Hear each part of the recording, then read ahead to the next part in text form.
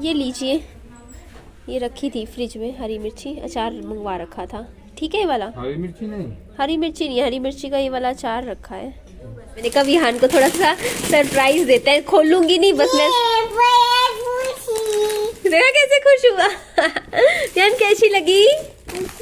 इतनी, ये वाली और खोलती हूँ। इसको ना टॉफी कोई पूशी बोलता है। क्या ये? टॉफी? टॉफी नहीं बोलना आता। तो अब बताओ ना, विहान बच्चा है या मैं बच्ची हूँ?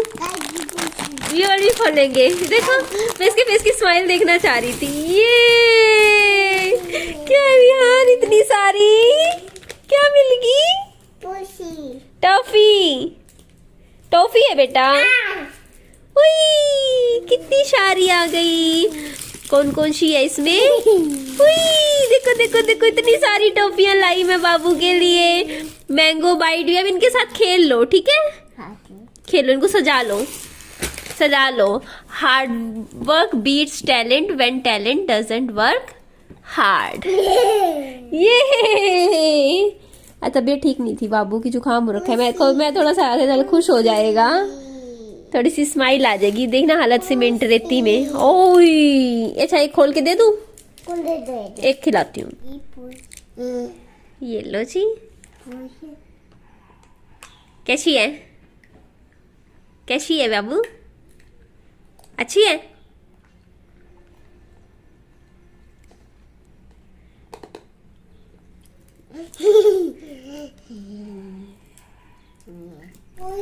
मैंने डब्बे में बंद करके रख दी, बाद में देती रहूंगी। एक ही दिन में थोड़ी खत्म करनी है। एक मैंगो बाइट और खा के देख ले, है ना? ये मैंगो, मेरा भी दिल कर रहा है एक टॉफी खाने का। मैं तो मैंगो बाइट खाऊंगी। कैसी है? अच्छी है?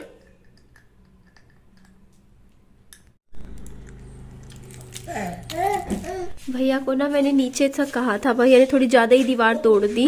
मैंने कहा था इतना इतना, जहाँ पे सीलन थी वो तोड़ना, भैया ने फालतू तोड़ दी। फिर मैंने उनको रुकवाया, मैंने कहा और मत तोड़ो, ये ऊपर नहीं तोड़नी थी। मैंने उनको बोला भी था, बोलते इधर भी सीलन थी। मैंने कहा इधर नहीं थी सीलन, मैं 100% श्योर हूँ। सीलन सिर्फ इतने एरिया में थी। यहाँ इन्होंने फालतू तोड़ दी। यहाँ देखो, यहाँ सीलन थी। मैं कहा चल कोई नहीं। सॉरी सॉरी, लगा जानबूझ के नहीं मारा बेटा, मैं एक्चुअली ऐसे कर रही थी ना, अभी हाथ एकदम से इसके लगा। तो ये देखो नीचे भी सारा सीमेंट और सीमेंट बजरी रेती, यही दिखेगी आपको। तो अभी आप देख सकते हो मेरा जो पीछे वाला रूम है, इसमें आपको ये मालूम था मेरे फ्रिज के पीछे की ये जो जगह थी और यहाँ साइड में ये खराब हो रखी थी। तो मैंने कहा भैया को ये भी लगे हाथों सीमेंट पक्का करवा लेते हैं, थोड़ा थोड़ा प्लास्टर का काम है, ये भी निपटा देते हैं ताकि अच्छा लगे घर, है ना? घर तो सुंदर बनाना है ना हमें। हाँ, मैं मम्मी गई थी, मम्मी के घर की ना सेब खिलाऊंगी। विहान सो गया मम्मी के पास ही, तो मैं आई खाऊंगी अब ये सेब। तो अब यहाँ पर प्लास्टर हो रहा है, जो ये थी इसको अब भैया बराबर बराबर कर रहे हैं नया सीमेंट लगा के।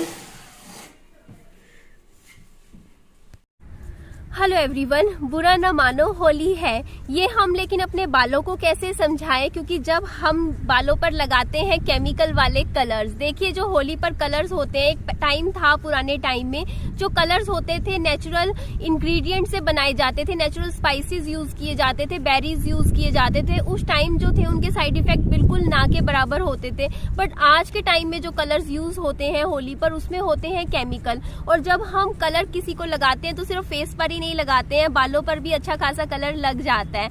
तो देखिए उसके बाद हम क्या करते हैं, लास्ट टाइम की होली याद है आप सभी को? आपने क्या किया, होली पर रंग लगाए, अच्छे से होली खेली, उसके बाद आप थक गए और एक कोने में बैठ गए और अपने बालों को अच्छे से रबर बैंड से बांध लिया और आपने रेस्ट किया। देखिए आपने ही सिर्फ रेस्ट नहीं किया, आपने केमिकल्स जो बालों में आपने लगा लिए थे होली के रंग, उनको भी अपने बालों की स्कैल्प पर रेस्ट करवा दिया और वो अच्छे से सेट हो गए। और क्योंकि जो केमिकल वाले जो कलर्स होते हैं होली पर, उनकी वजह से हमारे बाल हो जाते हैं एकदम ड्राई, फ्रीजी, स्प्लिट हेयर हो जाते हैं, डैंड्रफ हो जाते हैं, बाल एकदम खराब हो जाते हैं, है ना। तो ऐसा क्या करें हम कि हम होली में अच्छे से कलर्स के साथ खेले भी और हमारे बालों को बिल्कुल नुकसान भी ना हो।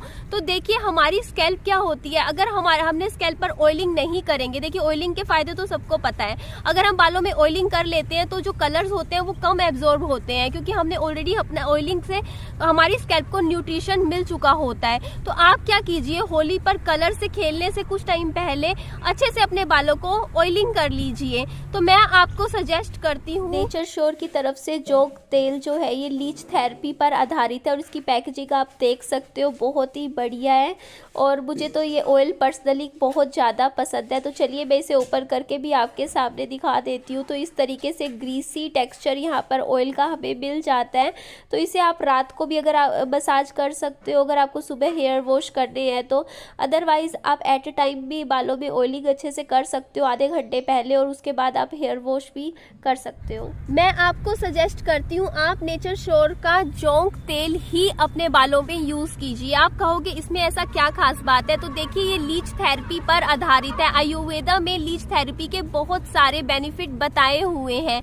देखिए इजिप्ट में, रोम में तो बहुत ही ज्यादा ये लीच थेरेपी की इम्पोर्टेंस स्टार्टिंग से ही चलती आ रही है। इसमें किसी तरीके का केमिकल भी नहीं है, ये बालों को बहुत ही अच्छे से नोरिश करता है और सबसे अच्छी बात है ये आपके बालों में ब्लड सर्कुलेशन को बढ़ाता है, जिससे आपकी बालों की ग्रोथ भी बहुत अच्छे से होती है, डैंड्रफ भी बिल्कुल भी नहीं होता और आपके बाल ड्राई तो बिल्कुल भी नहीं होते हैं और आपके बाल काफी घने, सुंदर और ग्रोथ भी अच्छी हो जाती है। तो लीच थेरेपी सच में बहुत फायदेमंद होती है। मैं काफी टाइम से इसे यूज करके देख रही थी और मुझे काफी ज्यादा बेनिफिट लगे। तो आप भी यही कीजिएगा, इस होली अच्छे से अपना त्योहार मनाइएगा, लेकिन होली खेलने से पहले इसे लगा लीजिएगा, थोड़ी सी अच्छे से मसाज कर लीजिएगा, उसके बाद केयर फ्री होकर अच्छे से होली का त्योहार बनाइएगा। और इसके अलावा मैं बताना चाहूंगी इसमें किसी तरीके का केमिकल भी नहीं है जो कि बालों में साइड इफेक्ट देता हो। बहुत अच्छा प्रोडक्ट है, मुझे पर्सनली बहुत ज्यादा पसंद है, इसीलिए मैं आपको हाईली रिकमेंड करूंगी कि आप जरूर बाय कीजिए और होली अच्छे से केयर फ्री तरीके से मनाइए हमारे नेचर श्योर के जोंक तेल के साथ। Thank you. तो इसे आप बाय कर सकते हो, लिंक डिस्क्रिप्शन बॉक्स में, अच्छा खासा डिस्काउंट भी मिलेगा। जरूर बाय कीजिएगा, यूज कीजिएगा और यूज करके बताइएगा कैसा लगा। Okay, take care. हाँ, तो मेरी तबीयत एकदम बहुत बिगड़ गई थी। तो मेरे को जो आजकल वायरस चल रहा है वो हो गया था, सांस में भी प्रॉब्लम हो रही थी, छाती में भी दर्द हो रहा था और मुझे ऐसा लग रहा था कि शायद मैं ना बचूं। तो मैंने लड़की को भी बताया भी, भाई थी कि ना फ़ोन पे मैसेज भेजा। तो लड़की फिर मुझे हॉस्पिटल ले गई थी जिंदल में। तो जिंदल में भी मैं एक दिन रहा, उसके अगले दिन फिर मैं वहाँ से छुट्टी उन्होंने दे दी। उसके बाद फिर मैं एक और कोई हॉस्पिटल है देखिए ना, वो हमारे पड़ोस में ही है, फिर मैंने उससे ट्रीटमेंट कराया, वो भी BAMS है। तो ये भी ठीक होते हैं डॉक्टर, दवाई मेडिसिन तो सही देते हैं। तो वहाँ का मेरा ट्रीटमेंट चल रहा है, अब थोड़ा बहुत रिलीफ है। तो आप लोगों के प्यार की वजह से मैं ठीक ठाक हूँ, आपके आशीर्वाद से मैं आगे कल एक वीडियो ज़रूर भेजूँगा, कल मेरी एक वीडियो आएगी। थैंक यू, धन्यवाद। तो जी यही बात मैं आपको बताना चाह रही थी कि देखिए अभी पापा जी बोल भी नहीं पा रहे हैं, अभी भी देखो उनकी आवाज़ काफ़ी कम निकल रही है, क्योंकि उनकी एक्चुअली तक क्या हो रही है अभी भी कि अभी दवाइयाँ ले रहे हैं। जैसे जैसे दवाई लेते हैं तब तो थोड़ा बहुत उनको आराम पड़ता है, और जैसे ही थोड़ा दवाई का असर कम होता है तो फिर वही ढीली ढीली, देखा नहीं है आपने कि उनकी आवाज़ भी कितनी मुश्किल से निकल रही है ना। तो वही है, थोड़ा सा आराम करते हैं, लेटते हैं, लेकिन पहले से तो बेटर है। और उस दिन मैं आपको बता रही हूँ हुआ क्या था कि मेरे को जब पापा जी ने वो मैसेज किया कि योर फादर एक्सपायर, तो उस टाइम उनकी हालत ज़्यादा ख़राब थी और उनको सच में लग रहा था कि वो बचेंगे नहीं। और उस टाइम उन्होंने मेरे फ़ोन पे मैसेज कर दिया, उनसे जितना टाइप हो पाया उन्होंने किया, मतलब वो मुझे एक तरीके से हिंट दे रहे थे कि तुम आ जाओ, है ना। तो उन्होंने वो मैसेज मेरे को अपने व्हाट्सएप से किया। तो उस टाइम क्या था कि मैं गुस्सा नहीं हुई, नाराज नहीं हुई, मैं एकदम से डर गई, घबरा गई। मैं तुरंत भाग के पापा जी के पास गई। उसके बाद मैं क्या किया, रात को 10 साढ़े 10 बजे, पहले तो मैं खाना लेकर आई थी उस दिन पापा जी के लिए, उसके बाद मैं पापा जी के वहां पर रुक गई थी उस रात। तो पापा जी की हालत ऐसी थी, मैं फिर 1-1:30 बजे मैं पापा जी के कमरे में गई। मैंने कहा पापा जी आपकी तबीयत कैसी है? तो पापा जी ने बोला तेरी माँ को बुला ले, मेरा आखिरी टाइम आ गया है, मैं अब बचूंगा नहीं, मैं उससे आखिरी टाइम बात करना चाहता हूँ, तो उसको बुला ले। बार बार यही बात कर रहे थे कि माँ को बुला ले, माँ को बुला ले, मैं नहीं बचूंगा। और उनकी हालत हालत सच में बहुत खराब थी। बोल रहे थे कपकपी चढ़ रही है, ठंड चढ़ रही है, हालत खराब हो रही है, सांस नहीं आ रहा, बहुत सारी दिक्कतें इनको हो रही थी। तो मैंने पापा जी को कहा कि पापा जी मैं आप मम्मी को नहीं बुलाऊंगी, मैं एम्बुलेंस बुलाऊंगी और मैं डॉक्टर के लेके जाऊंगी, आप हॉस्पिटल में जाके ठीक हो जाओगे। तो उस रात फिर मैंने क्या किया, एम्बुलेंस मंगवाई, ठीक है, और करीबन ये लगा लो रात के 3 साढ़े 3 बजे मैं पापा जी को लेके हॉस्पिटल में एडमिट करवाया इमरजेंसी में। और वहां पे पापा जी को एक पैरासीटामोल का ड्रिप चढ़ाया गया, जिससे बुखार थोड़ा कम हुआ, थोड़ा सा आराम हुआ इनको। फिर ये घर आ गए। फिर दिन में इनको हॉस्पिटल लेकर गई थी और वहां पे ड्रिप वगैरह चढ़वाई। उसके बाद दवाइयां भी 3-4 दिन से तब से ले रहे हैं सुबह शाम की। तो थोड़ा थोड़ा पहले से आराम धीरे धीरे थोड़ा थोड़ा हो रहा है। फिर सांस चढ़ रहा है, अभी भी पूरी प्रॉपर तरीके से ठीक नहीं हुआ है, इन्फेक्शन है, धीरे धीरे ठीक होगा, वायरल था जो था। तो यही बात बता रही थी। लेकिन एक टाइम के लिए सच में मैं तो बिल्कुल ही खत्म हो गई थी, घबरा गई थी कि पापा जी की हालत ज्यादा ही खराब हो गई है, बिगड़ गई है एकदम से। तो बाय गॉड ग्रेस बस पापा जी को अभी भी मैं बोल रही हूँ, पापा जी 1-2 बार ड्रिप और चढ़वा लो, थोड़ा ग्लूकोज जाएगा, शरीर में थोड़ी जान आएगी। दवाइयां भी रेगुलर ले रहे हैं तो उनसे थोड़ा आराम मिल रहा है इनको। तो बहुत घबरा गई थी उस दिन तो मैं।